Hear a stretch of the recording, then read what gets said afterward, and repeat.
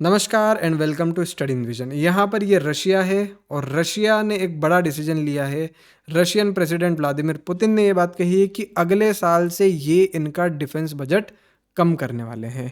जी हाँ, जहाँ पर नेटो देश की बात करें हम, जो कि रशिया के मेन एडवर्सरी है, वो अगले साल से अगले 10 साल तक 5% अपना जो इकोनॉमी का है वो डिफेंस बजट के अंदर डालेंगे, यानी कि 5% इनकी जीडीपी का डिफेंस बजट के अंदर जाएगा। वहीं रशिया जो है वो अब प्लान कर रहा है कि अपना डिफेंस बजट ये कम कर दें, और इसका काफ़ी एक बढ़िया रीज़न जो है वो रशिया ने दिया है। और नेटो देश जो कि बजट बढ़ाना चाहते हैं, उनको भी एक हिदायत यहाँ पर व्लादिमीर पुतिन ने दी है। यहाँ पर नेटो देशों के बारे में बोला है कि जो ये 5% अगले 10 साल तक अपनी जीडीपी का देंगे इस डिफेंस बजट में, इसका जो मेन पोर्शन है वो जाएगा यूएस को, क्योंकि यूएस से ही ये जो जितने भी सब देश है ये वेपन यहाँ पर खरीदेंगे, और यूएस कहीं ना कहीं फोर्स करेगा कि इनसे ही वेपन जो है ये देश यहाँ पर खरीदे। और इसके बाद इन देशों का जो इंडस्ट्रियल कॉम्प्लेक्स है, मिलिट्री इंडस्ट्रियल कॉम्प्लेक्स, वो डेवलप नहीं हो पाएगा, जबकि इतना हैवी ये इस इनके डिफेंस बजट के अंदर ये इन्वेस्ट करेंगे। वहीं यूएस का मिलिट्री इंडस्ट्रियल कॉम्प्लेक्स यहाँ पर काफ़ी बड़ी मात्रा में और काफ़ी तेज़ी से इनके डिफेंस बजट से ये डेवलप होगा। तो इन देशों को कहीं ना कहीं बेचारा बताते हुए कि ये यूएस के साथ में फंस गए हैं, इस वजह से इनको इतना डिफेंस बजट इनका करना पड़ रहा है और ऐसा करना पड़ रहा है। रशिया की यहाँ पर इन्होंने एक तरीके से तारीफ करी है। अब रशिया जो है ये इनका डिफेंस बजट सबसे पहली बात कम क्यों कर रहा है, देखिए एक प्रैक्टिकली अगर हम बात करें तो Russian defence budget third rank पर आपको यहाँ पर दिखेगा। लगभग $150 बिलियन का यहाँ पर रशियन डिफेंस बजट है। और रशिया का ये जो डिफेंस बजट है ये पूरा एक होम ग्रोन यहाँ पर इन्वेस्ट करते हैं।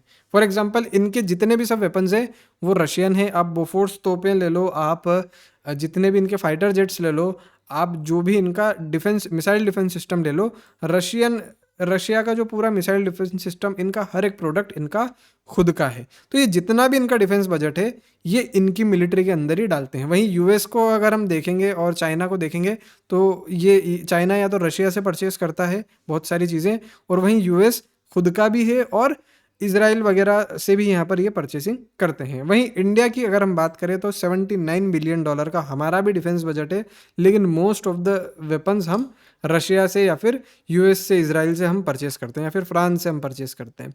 तो इंडिया के लिए काफ़ी एक बुरी बात है, लेकिन रशिया के केस में रशिया पूरी तरीके से सेल्फ सफिशिएंट है।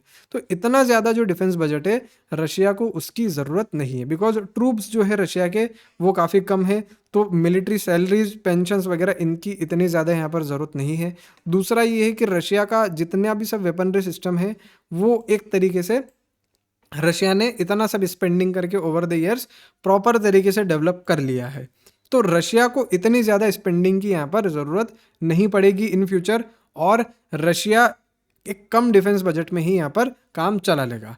अब अगर हम बात करें कि ओवर द ईयर्स रशिया ने कितना स्पेंड यहाँ पर किया है, तो ये ग्राफ आप अगर यहाँ पर देखो तो रशिया ने 2015 तक लगभग $80 बिलियन 2015 में इन्वेस्ट किए थे।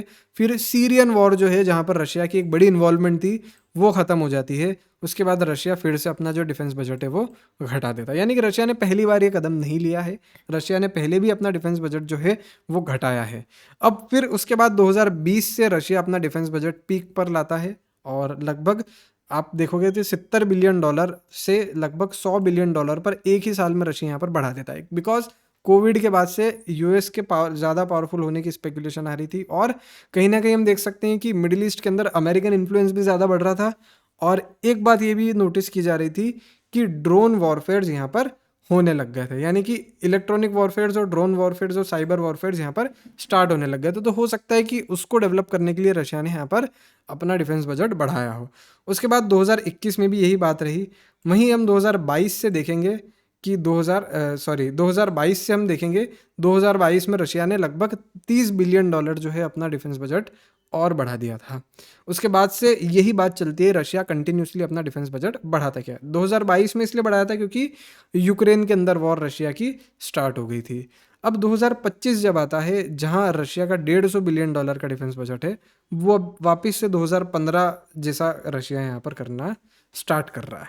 So it's a good thing for Russia and it's a good thing for world. एक कयास यहाँ पर ये भी लगाए जा सकते हैं कि अब रशिया यूक्रेन वॉर को धीरे धीरे समाप्त कर देगा। यहाँ पर एक इनकी कहीं ना कहीं अंडरस्टैंडिंग हो सकता है कि एक बैठ गई हो।